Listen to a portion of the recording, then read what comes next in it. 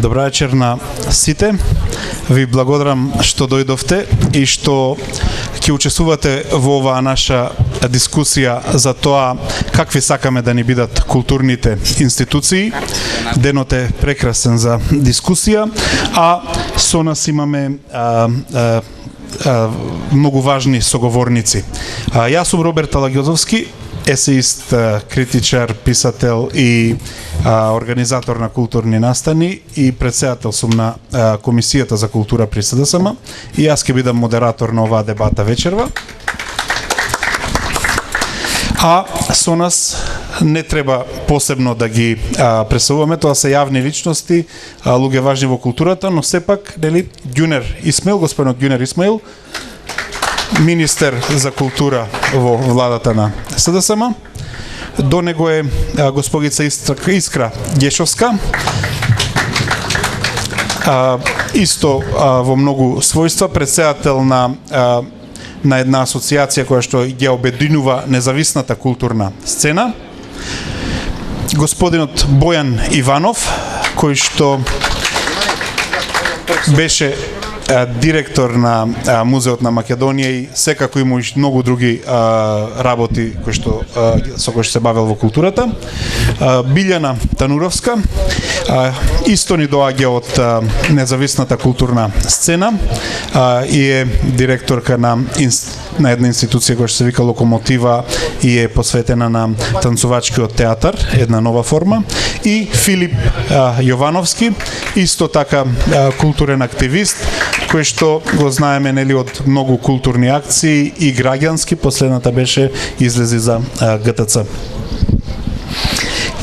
Ќе се обидеме да проговориме, значи, за културните институции, ќе се обидеме да зборуваме за тоа какви треба да бидат и какви сакаме да бидат, ќе се обидеме да не бидеме премногу обземени со она што денес се случува со културата и со културните институции воопшто, затоа што ситуацијата е во најмала рака конфузна, да не речам катастрофална, и она што сега се прави со културата и на она што се сведени културните институции денес, навистина е за, како да кажам, за секоја критика. Културата е битна во Македонија, тоа го признаваме сите и е една од работите која што не легитимира, а културните институции се оние столбови без кои што културата не може да функционира. Културните институции во Македонија ги има преку 100, главно се поделени на национални и локални, меѓутоа има и обиди за основање на разни други институции.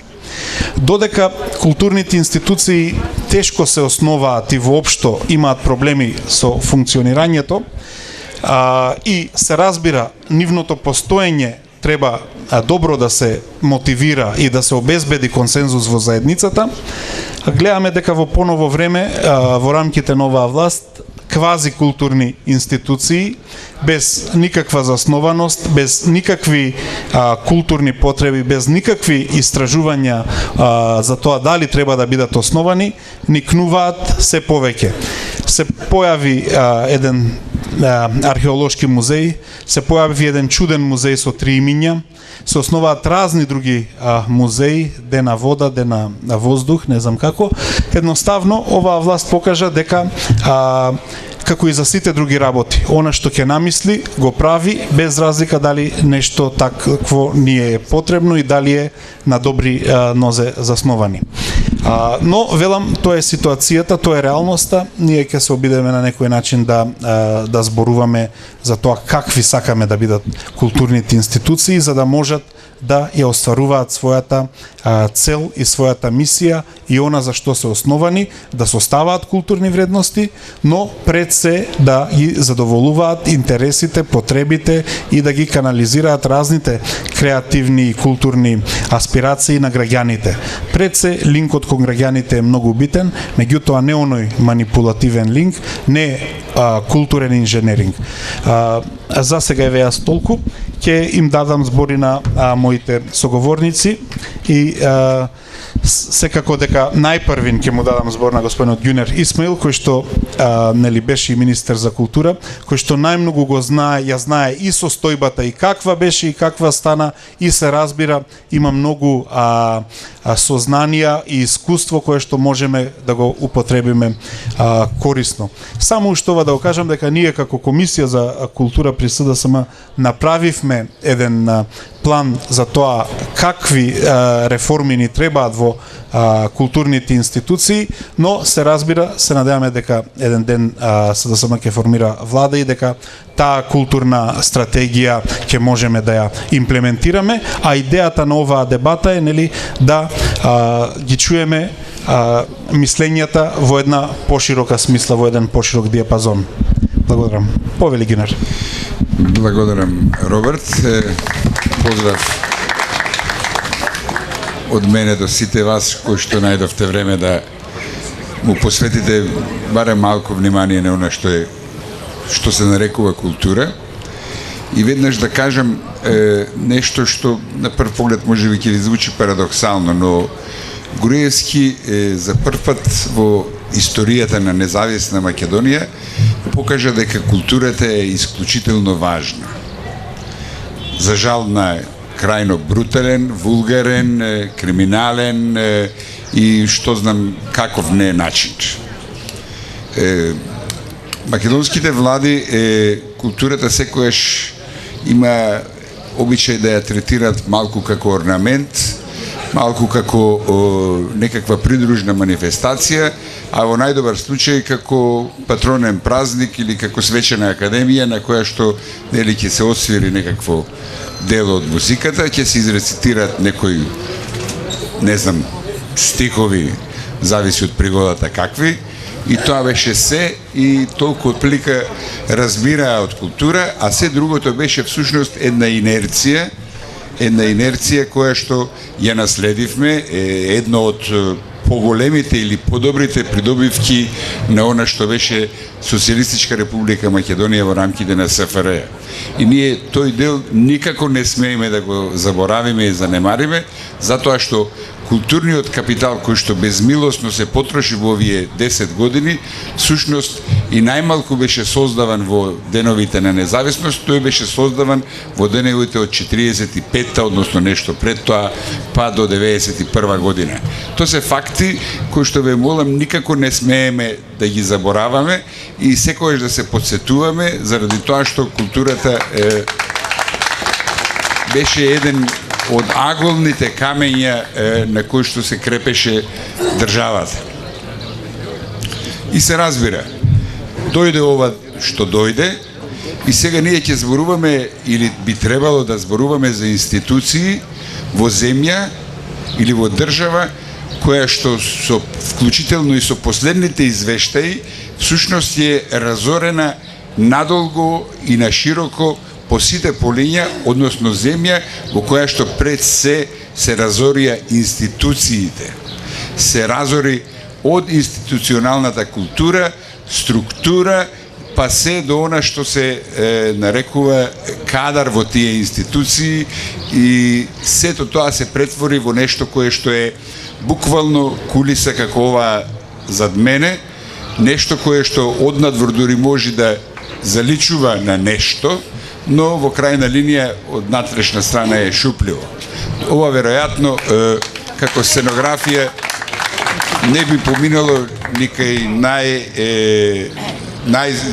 во театар со најскромни амбиции или театар кој што го разбираат како, не знам, голема кулиса или како оперета во која што се пеат смешни песни. Според тоа, нас сега пред се не очекува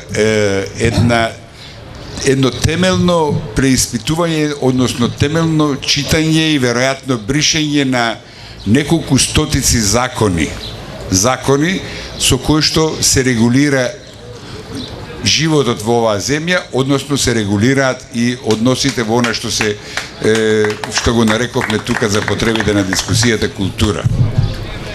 Значи, ако тоа го немаме во предвид, ние ќе биде бесмислено да зборуваме за култура. Второ, не очекува се разбира едно темелно преиспитување, односно салдирање, ставање на црта под она што се сегашни реални институции, нели такви какви што се, вклучително и овие новоформираните со помпезни имиња или со помпезни згради, за да нели да знаеме каде сме, што сме. Се разбира, ќе имаме таа среќа што културната продукција е никаква. Во главном, она што е создадено во изминатите 9-10 години е нешто кое што завршило секако како во мејл сандучињата во треш или во отпадот, но таму постојат реални, живи луѓе, од кои некои некогаш беа дури и творци, некои некогаш дури и поседуваа некаков талент, па дури и некој од нив поседуваа дури и проверен и верифициран талент, а сега се разбира, за жал, некои од нив ги гледаме на погрешната страна на историјата, не на погрешната страна на барикадите. Затоа што не случајно започнав со периодот 45-91, културните дејци, така да се каже, и низ историјата порано, тие биле кои што го носеле знамето на слободата, слободната мисла, го чувале јазикот, ги создавале вредностите врз кои што се доградувале другите вредности. Но сега да бидам конкретен околу овие институции. Значи, една држава во културната политика не може да обстане без институции. Колку и да тоа во некаква радикална алтернативна мисла може да звучи ирелевантно или конзервативно и така натаму. Но една држава исто така не може да обстои на културен план, особено на важен културен план, без она што е внимателно, дискретно и културно негување на алтернативата како прозор, како нужен прозор низ кој што ќе се пропушта светлина, мисла, креација, нешто кое што во културата, односно во творештвото е сосема разбирливо, на крајот на краиштата. Културата не се создава само во институциите. Таа се создава почнувајќи индивидуално, значи во најинтимна сфера на писатели, сликари, па и музичари ако сакате, па до креации во кои што луѓето се наоѓаат по различни интересирања, алтернативни интересирања или на она што би бил главен тек на нештата. Всушност во културата нема главни текови, постојат само добри и лоши креации. Што се однесува до постојната мрежа и до постојната поделба на институциите на национални и локални, јасно е дека исчитувањето или препрочитувањето или новото пишување на законите кои што ќе регулираат оваа сфера ќе подразбере да и таа мрежа на институции, такви какви што се, биде преиспитана и за секое од нив да се најде соодветното место, вклучително и неместо се разбира. И вклучително и тоа по овој мерит систем да луѓето од македонски шуми и слични обскурни организации кои што се најдоа на работа во културни институции ни криви ни должни, им биде соодветно со соодветни социјални програми обезбедена некаква социјална сигурност, односно некаква локација која што ќе си ја заслужиле и по образование и по она што ќе можат да го дадат. Тој ќе биде една всушност нова општествена клима која што нужно се подразбира за да може од тие институции да се креира, односно да се еманира култура, односно културни вредности, од кои што ние сите ќе профитираме на одреден начин, овој или онај начин.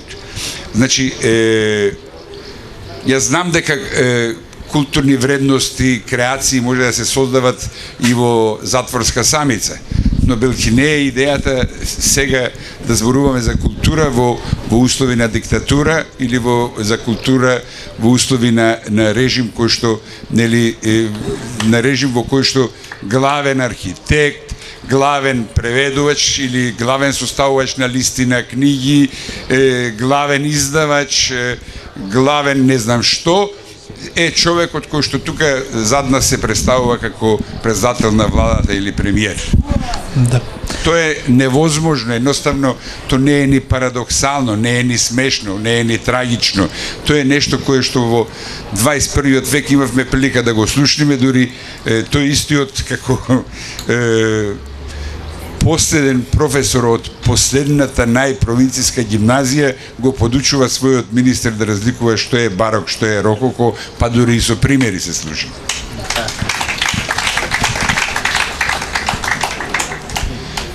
Не чека ужасно тешка работа.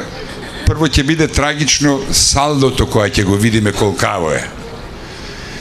И кога ќе го видиме колкаво е страшно, предпоставувам, почнувајќи од долгувањата, па завршувајќи до тоа дека тие се и меѓу другото кадровски упропастени, ќе видиме дека всушност ќе треба да се почне од почеток.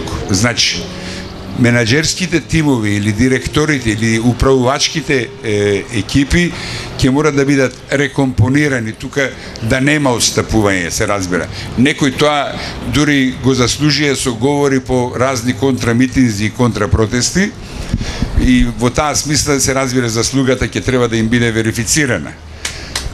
А од друга страна, од тие раководечки екипи ќе очекуваме да генерираат творечка атмосфера согласно на тој законски и за жал, бидејќи ќе нема пари, тоа морам да предупредам, со тие средства со кои што ќе се располага да креираат, односно да генерираат културни вредности.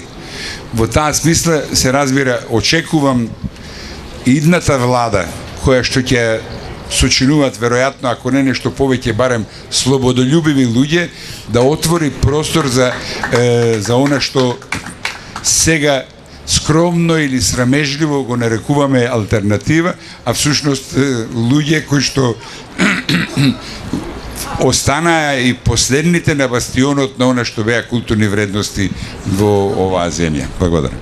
Благодарам, Гюнер.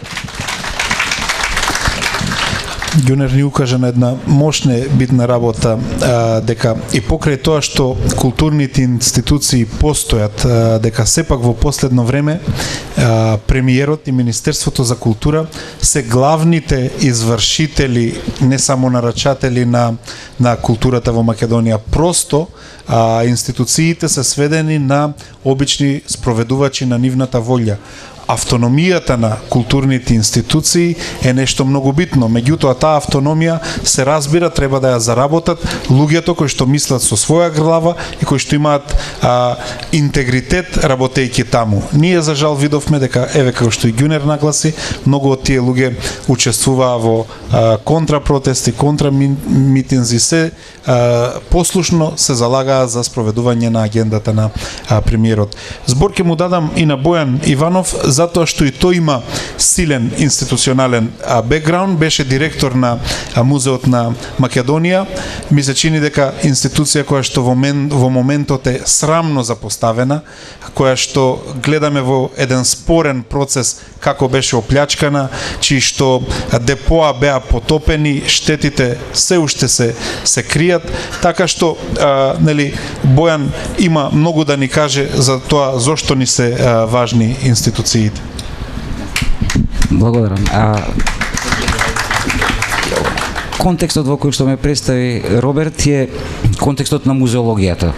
Дури во овие редови овде меѓу нас има и покомпетентни од мене за ова да говорат, меѓутоа мене ми се падна во еден период помеѓу 2002 и 2004 година ми се падна една задача да работам во Музеот на Македонија и мене ми се падна двете големи изложби, 100 години Илинден и 65 години Јасно. Може би последните потфати кои што таа установа ги направи од тогаш до денес. И може би не се по моја заслуга, но во тие околности мислам дека научив многу и дека состојбите кои што денеска би требало да ги проценам во самата музеологија и во рамките на установите кои што се занимаваат со заштита на културното наследство, бидејќи во голем дел тоа не е само музејската дејност, тука спаѓа архивистиката, тука спаѓа кинотечната дејност, тука спаѓа библиотечната дејност, цел еден сектор на установи кои што собираат, прибираат, обработуваат, објавуваат, креираат одреден тип на знаење, го пласираат во облик на изложби, поставки, тури во кои што се презентира и конечно едукативен еден простор кој што истите тие ситуации им се презентираат на помладите генерации, ги воведуваат, односно ги уведуваат во просторот не само на културата, туку и во просторот на општественото живење. Бидејќи во крајна линија прашањето на установите, онака како што Џунер ги постави, како не како дел од државата, туку како лостови на државната власт. Може да ги разбереме како лостови на државното насилство или прерогативи за вршење насилство врз културата, врз сите други сегменти на државната юрисдикција, се важни заради тоа што обезбедуваат еден континуитет во целите, во намерите на водењето на некаква културна политика која што е подалекорочна од овие инцидентни решенија за тоа дека вака ќе изгледа градот, вака ќе изгледаат мостовите, вака ќе се режираат филмови или онака ќе се пишуваат книги или онака ќе ги корумпираме нашите ликовни уметници во нашите културни центри во Софија и во Њујорк. Ситуациите за кои што станува збор, би сакал да им дадам и една системска подолгорочна перспектива, само накусо за да може да го приведам ова излагање кон крај. Тоа е дека установите добија назначење и се тема денеска за говорење не заради тоа што имаше некои нагли промени во последниве 9-10 години, 15 и така натаму, туку заради тоа што во еден периодот на длабоки системски промени од средината на 80-тите години, установите ја добија улогата на инструменти со кои што ќе се преобрази едно општество. И токму тоа и се случи, за жал. Тие установи послужија како алатка за преобразба на општеството, иако тоа општество даваше отпори по многу линии, не се прилагодуваше. Во текот на следните 10 години тие отпори доведоа до повторно редефинирање на односите на установите, локални, национални, вакви или онакви. Мислам дека процесот за кој што може да се уочи дека веќе трае подолго време е доведен до крај, во случајов еден трагикомичен крај во кој што само еден човек решава што е култура, а што е некултура, и дека ситуацијата е поволна за општеството да почне да ги обликува своите установи, наместо тие да го обликуваат него. Она што е сега состојба, тоа е еден хаос индуциран од озгора. Овде сме присутни и учествуваме на еден или на друг начин, сакајќи или не, во еден хаос кој што го креираме од оздола. И тоа е творечки хаос. И тоа е добар миг за редефинирање не само на формата на тие, или улогата на тие установи, туку и за една подолгорочна политика околу нашите намери да го соопштуваме или да го градиме своето културно живење преку установи, преку институционално делување, преку паралелни системи, сето тоа наеднаш во рамките на интереси што ќе ги образложиме.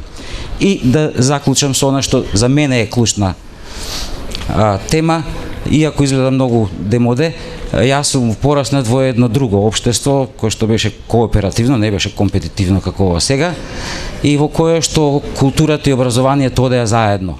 Би сакал само да издвојам културата, основното образование и средното образование, а високото беше наука, се викаше и одеше во друг ресор. И денеска сум убеден дека таа цврста врска помеѓу образованието, културата, која што во еден миг е раскината од прагматични причини, особено заради тоа да се овозможи една економска ефикасност на еден нечовечен систем економски, треба да се, ако не да се обнови, барем да се охрабри, за да се постават јасни перспективи зошто не интересира воопшто културата. Веќе културата не е нешто што се добива само од дома или што го носиме како приказка на нашето етничко наследство, или културата е класна судбина на една социјална класа и таа не може да остане надвор само на надвор, таа се учи во школа. И таа треба да биде дел од оваа ситуација. Затоа со ова ќе довршам. Мојата порака и мојата желба за установите во културата вклучително и на музеиските, на кинотечните и така натаму, и во основа да бидат само еден дел од инфраструктурата која што престои да изградиме, бидејќи и не би смеле да ја ограничиме оваа тема само на установите. Благодарам. Благодарам. Нашиот следен соговорник е Искра Гечовска, која што е важна и повторно е поврзана со прашањето на културните институции, затоа што таа е основачот и долгогодишен директор на Културниот центар Точка, кој што прво беше овде во непосредна близина, а потоа малку подолу во зградиве, и тоа беше пример на една културна институција која што всушност беше граѓанска иницијатива и која што не беше подкрепена од националниот буџет. Меѓутоа, успеа за неколку години да создаде и продукција и културни вредности и да значи многу за пред се нашите млади. Во таа смисла, значи, идејата, една од идеите на современите културни политики е да охрабруваат вакви автономни, граѓански, независни иницијативи кои што не мора да бидат дел од националниот систем или локалниот систем на институции, меѓутоа третирани со сета почит, респект и се разбира нужната поддршка. За разлика од тоа, видовме дека една од првите жртви на овој режим беше токму укинувањето, уништувањето на некој начин, недавањето поддршка на Културниот центар Точка, кој што сега, за жал, како простор во владение на Министерството за одбрана, е намерно оставено да се распадне. Значи, дури и во тоа распаѓање на просторот се гледа еден вид реваншизмот на оваа власт кон слободумните културни дејци. Еве, ова е шлагвордот за оно што ќе го кажеш. Благодарам, Роберт, за најавата и ви благодарам на сите што имате трпение во овие летни меѓупростори во кои што се надавам гневот и револтот и желбата за поинакво општество нема да ни згаснат. Да, не знаев дека Роберт во оваа насока ќе ме најави и тоа малку, како да кажам, таа меморија за еден поинаков концепт за создавање на културно действување вонинституционално, а сепак на еден начин самоорганизирано институционално действување. Морам да признам дека ме вознемири таа, бидејќи тоа нешто постои сега само како копнеш кај сите нас. Јас би рекла, повикувајќи се ети на искуството на Точка, дека инаку прво би сакала да кажам дека подпишувам се што кажа и Јунер Исмаил и Бојан Иванов, мислам и во диагнозите во однос на тоа каде сме, што сме и заради што сме до ова дередже дојдени. Значи, и Културниот центар Точка беше еден мал обид да се да почне да се артикулира нешто, една визија во однос на културата која што ќе го сруши митот дека културата е нешто што постои во небото, нешто ефемерно, што постои за елитите и така натаму. Има еден теоретичар на културни политики што вели дека треба да создаваме куќи на културата кои имаат длабоко општествено и политичко значење. Ние сите овие 24 години како да заборавивме што тоа значи културата, бидејќи таа е задушена,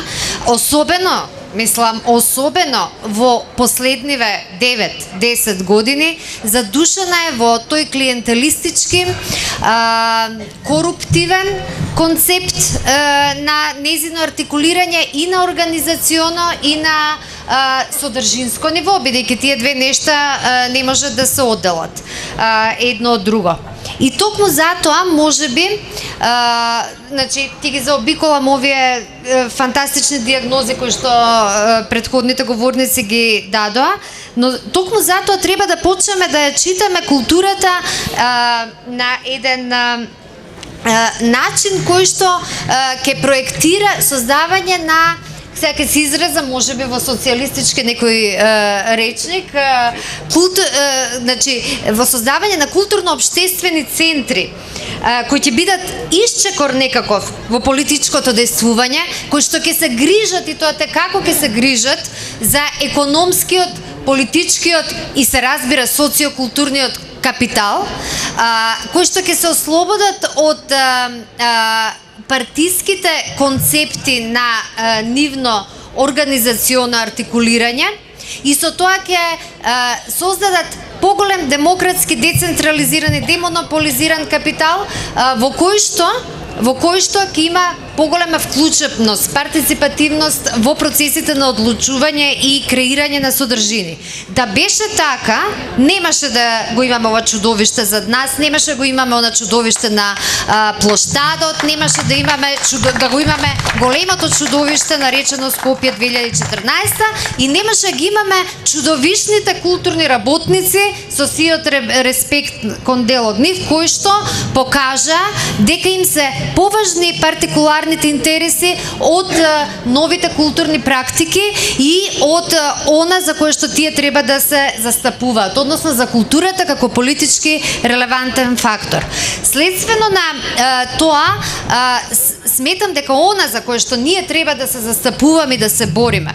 Јас зборувам од позиција на независен културен сектор, но тоа не значи дека не ме интересираат институционалните модели, оти не можеме да зборуваме за алтернатива и за независен културен сектор ако немаме јака, релевантна, институционална, централна или локална структура. Значи, она за кое што треба ние да се застапуваме е секако огромна, треба да се застапуваме за политики кои ќе обезбедат автономија во действувањето, во програмирањето и организирањето на културата и на институциите и воопшто на сите облици на социокултурно действување. Значи, сето тоа се разбира треба да се разликува од досегашните традиционални концепти на действување во културата. Еден од обидите, ќе искористам оваа можност тоа да го кажам, иако беше пренесено во јавноста, но разбирам во овие луди времења дека кој слуша, кој не слуша културата е секогаш на маргините, реков секогаш е во летото, мислам тоа е тоа, секогаш таму се наоѓа во некакви летни летаргични моменти, но се надевам тоа ќе го промениме. Значи, ние како една групација на независниот културен сектор, Јадро, тоа е една мрежа од повеќе организации, од 50 организации создадена, покренавме иницијатива за создавање на нов модел на хибридна мешовита установа. Таа установа би била партнерство меѓу цивилниот и јавниот сектор. Во случајот единствен соработник кој што го најдовме со нас мрачните сили, како што би рекол ова премиерот, беше Андреј Жерновски, градоначалникот на општинен центар. Всушност тоа не е негова задача, тоа би требало да биде задача на Коце Трајановски, на градоначалникот на Скопје. Секаде ваквите модели на создавање нова институција која што е пример за јавно-цивилно партнерство и ќе кажам во 2-3 реченици, тука ќе завршам што значи тоа, е работа на градот, на таткото на градот, на клучниот човек и на локалната самоуправа се разбира, но овдека најдовме соработка со градоначалникот на општина Центар. Што значи тоа? Тоа значи дека се застапуваме за досегашното монополизирање на јавните пари, на буџетот, кој што би влегол исклучиво, чиј корисник исклучиво би биле јавните институции, кај што рековме директори, чуда, се е поставено од некаде од некој центар за моќ, тоа е Министерството за култура. Или на локално ниво, нели некој си градоначалник. Тој модел, нашиот модел е достапен, може да се види на интернет и секаде. Тој модел би предпоставувал споделена одговорност во трошењето и во учеството финансиско, во раководењето на институцијата, некако сега, оти знаеме дека јавните институции се голтачи, најголеми аждаи кои го голтаат буџетот на Република Македонија, како му одговара на кој да е на власт. Значи, споделена финансиска одговорност и автономија во организационата структура, што понатаму ќе обезбеди автономија во програмирањето. Значи, ова само малку сега, тука ниту имаме простор за да имаат сите соговорници еднакво време, го кажувам како нешто и во овие мрачни тешки времења, што сепак се обидовме да го направиме како пилот концепт и кое што беше прифатено и кое што е во процес на имплементација.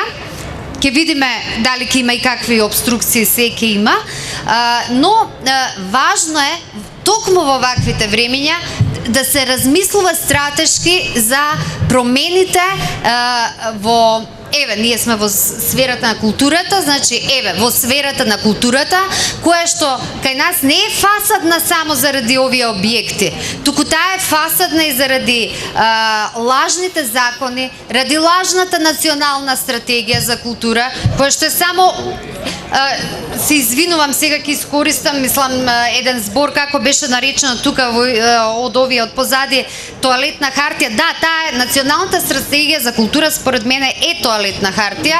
Ниеден закон не функционира. Сите се лажни и користат само за доимплементирање на нивните криминални концепти на владење. Така што ние, освен што ќе се бориме за рушење Груевски, паралелно мораме да се бориме да ги преобмислуваме новите концепти за културни политики, за тоа можам да зборам, и за нови институционални модели. Ви благодарам. Благодарам, Искра. Значи, Искра ни понуди еден нов модел на така наречено јавно и цивилно партнерство. Видовме дека на Груевски особено му одговараат јавно-приватните партнерства, при што приватните да бидат на што повеќе катови, за да може тој што повеќе квадратен простор да добива.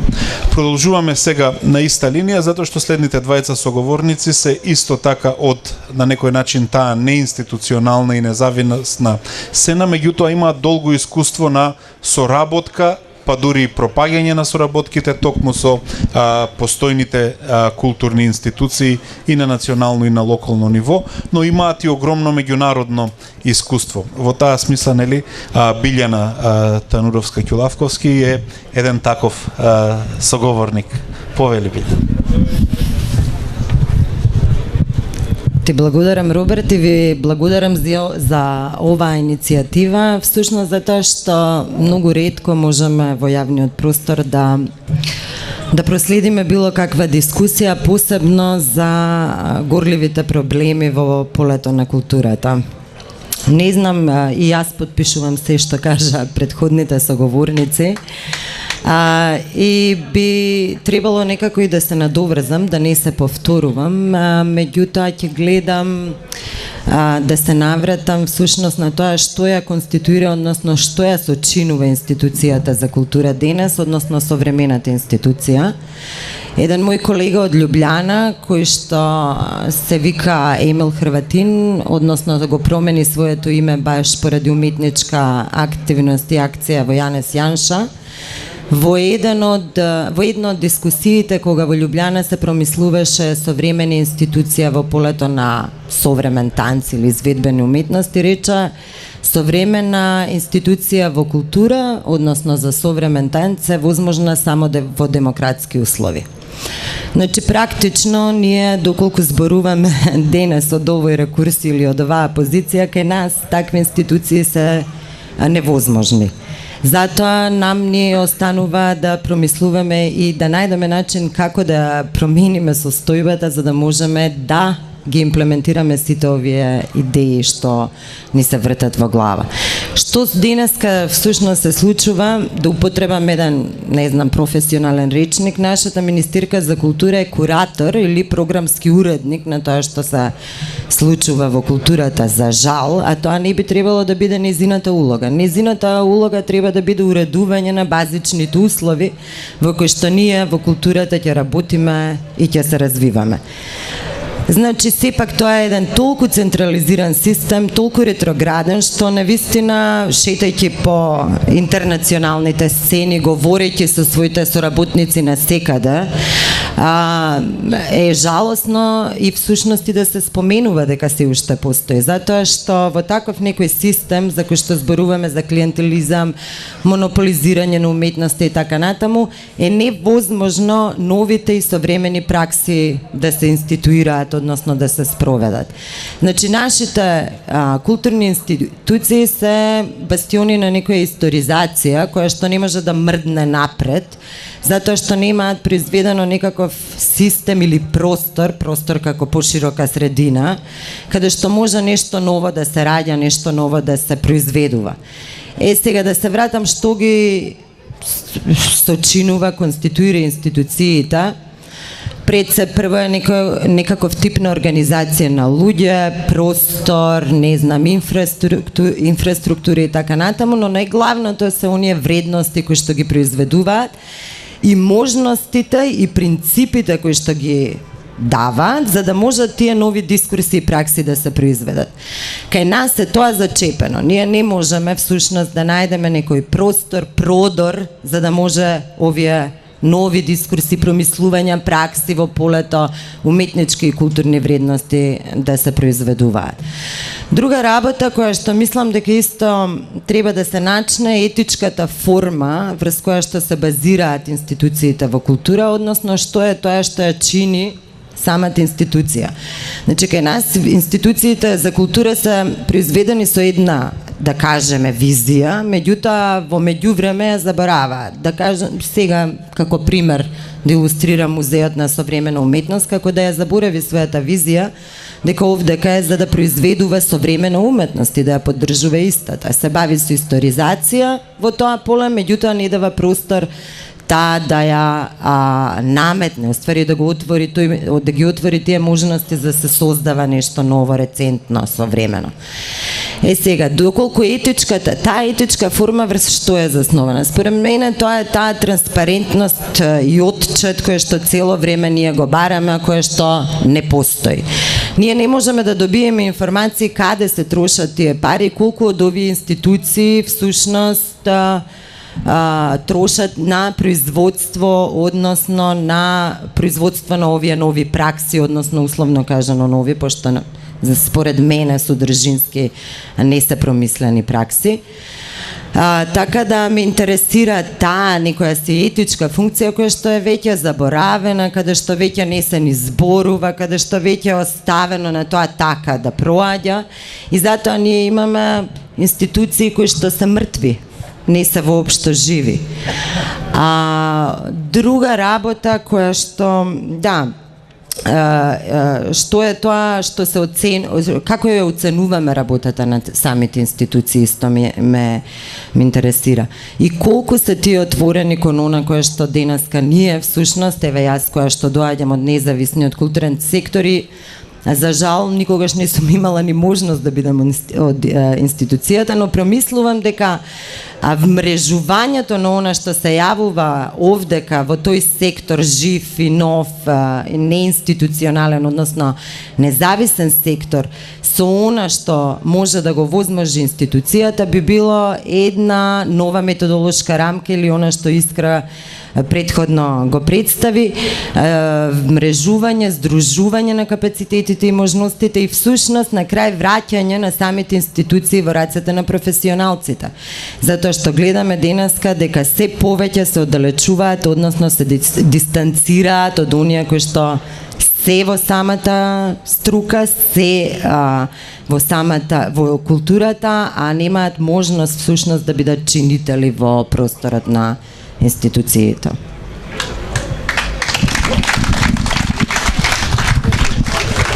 Ти благодарам, Билјана, за овие забелешки.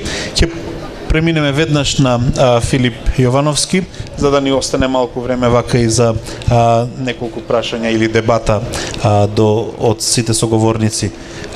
Исто така, значи Филип е дел од неконвенционалниот реалниот институционален сектор. Нивните проекти тие дури покажаа дека можат да бидат остварени и надвор од институциите, па во таа смисла еден од нивните најпознати проекти Кооперација го правеа во гаражи, го правеа во перални за коли, го правеа во приватни станови, сакајќи да го покажат својот меѓу другото и револт и несоодветност на денешните институционални простори на културата. Фала, Роберт. Пак ќе повторам дека потпишувам се што е кажано на претходните соговорници. Ќе се надоврзам на ова што го спомна во однос на кооперација и нашето делување.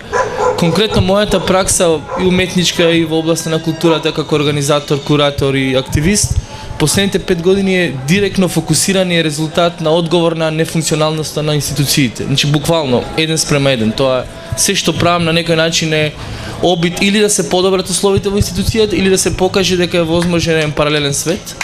Значи и со кооперација тоа што го правевме, значи сакавме да покажеме дека е возможно да се покаже дека преку ресурсите на самоорганизирање на еден неформален колектив од уметници е возможно да се продуцираат културни настани од современата ликовна сцена и со продукцијата на монтажната галерија на ЦАЦ, кој што е еден исто така независен привремен простор.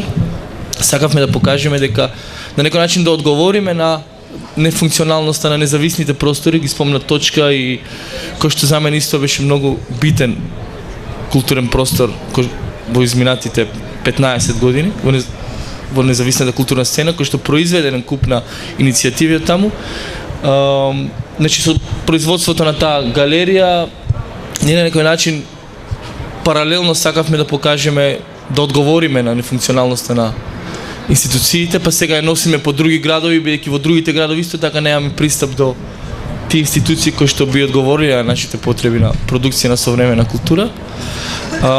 Така што тоа би кажал дека буквално праксата моја е поврзана како одговор на тој на институционален систем на културните институции кои што се од една страна изолирани од реалниот контекст од она што се случува, а од друга страна ја би ги поделил на две категории. Од друга страна дел од нив се збунети.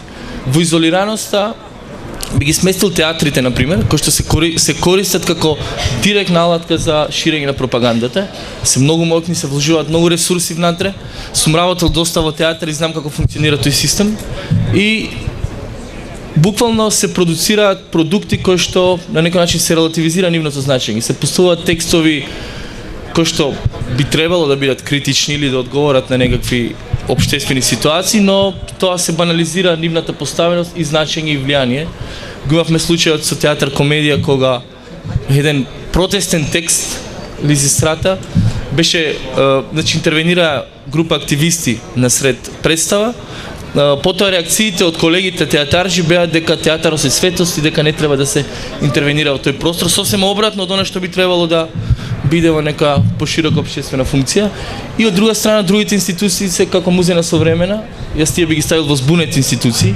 Не знаеме дали е музеј на модерна уметност, бидејќи во моментот имаме трајна поставка во главно од колекцијата на дела кои што се собирани кога, дока можда Бојан повеќе знае, дека 80 години че тој на некој начин како музеј на модерна и кој што не произведува и не реагира никако на некои современи текови во современата уметност, него напротив прави изложби во некои културни центри во Софија, во Белград и не знам каде на некој нејасен, полувидлив начин. И така што не ја знаеме, мене ми е барем нејасна таа функција на тој музеј. Така што и она што го спомена Искра во однос на нашата активност како независна сцена е буквално да ги размрдаме тие нови модели, да видиме колку е возможно да се удри, да се обликува тој систем, бидејќи иронијата да е поголема. Јас сум лично соработувал со скоро сите институции, али на многу површно ниво. Например, не знам, присутни сме целата сцена од кооперација присутна во трајната поставка, благодарение на кураторите кои што успеа да истуркаат еден за мене значаен проект, но изолираноста на уметноста во институциите од страна на целата пропагандна машинерија на некој начин не дава никаква релевантност на таа практика, него буквално ја третира како да е во депо. Така што мислам дека тоа се некои точки. Благодарам, Филип. Добро, во овој прв дел видовме многу свежи размислувања за тоа какви треба да бидат нашите културни институции. Би ги повикал сите соговорници, односно кој сака да се вклучи во еден друг битен аспект на културните институции, а тоа е нивната близина до граѓаните и задоволувањето всушност на потребите на граѓаните. Многу од вас зборуваа за изолација, за централизам, за несоодветен одговор и несоодветно вршење на дејност од страна на културните институции. Ние, например, размислуваме за тоа дека оваа листа, како што и Ѓуне рече, на културни институции на национално и на локално ниво треба да се ревидира уште еднаш и дека треба многу од културните институции да се доближат до граѓаните, да се децентрализираат, да преминат на локално ниво, затоа што така полесно ќе ги задоволуваат нивните културни погледи, а и затоа што во сите нормални културни системи националните институции се само 10, 15, 20. Никаде немаме екстензивна листа на културни институции, а особено не ова што го прават денес, постојано да се проширува таа листа на национални институции со нови и нови клиенти. Така што ве молам да одговориме, да се обидеме да одговориме на тоа прашање, на кој начин културните институции да бидат поблиски, да ги задоволуваат потребите на граѓаните. Тој е релативно многу прост одговор. Македонија има предност да има само 25.000 квадратни километри и дека од најдалечната точка до најдалечната, например, има 220-230 километри. Значи, ако зборуваме за физичко доближување, продукцијата од било кој тип е просто едноставно решливо и што е најважно. Прашање кое што во далечното минато, не толку многу далечното минато, се решавало особено во овие покомплицирани уметнички дејности како што се театар, опера, балет, кај што се подразбира гломазно гостување, би чинело релативно скапо, односно во случајот на Македонија тоа е многу едноставно решливо. Зборуваме само за физичката доближливост. Но институциите, знаете што е, тие не се само тоа во самиот чин. Дали станува збор за изложба, дали станува збор за представа, театарска, филм. Они едноставно со нивното постоење во некаква средина го пополнуваат необходниот мозаик на нашиот секојдневен живот. Како што е важно во некое место да има училиште, како што е важно да има, не знам, амбуланта или некаква социјална установа. Установа од културата исто така е важна, затоа што тие луѓе не се 8 сати само луѓе кои што создаваат нешто таму, тоа се луѓе кои што во средината едноставно сега може би ќе претерам, но го додаваат тој неопходен зачин во животот. Не се единствените, се разбира. Затоа е многу битно внимателно да се обмислува кога се обмислува за мрежите на институции, односно за јадрата на културно творештво во било која населба. Тоа се всушност прашања кои што биле доаѓале пред политичарите, пред тие што донесувале одлуки, уште наназад. Познати се тие Малрови, Зафати и така натаму, но велам, тоа во нормални земји, ние живееме во ненормална држава и помалку изгледа така екстравагантно ние тука да расправаме сега што би било кога би било. Во нормалните земји тоа не се прашање на кои што толку драматично им се приоѓа во смисол да го особориме владеачката клика, па за да можеме да создаваме култура. Благодарам ги.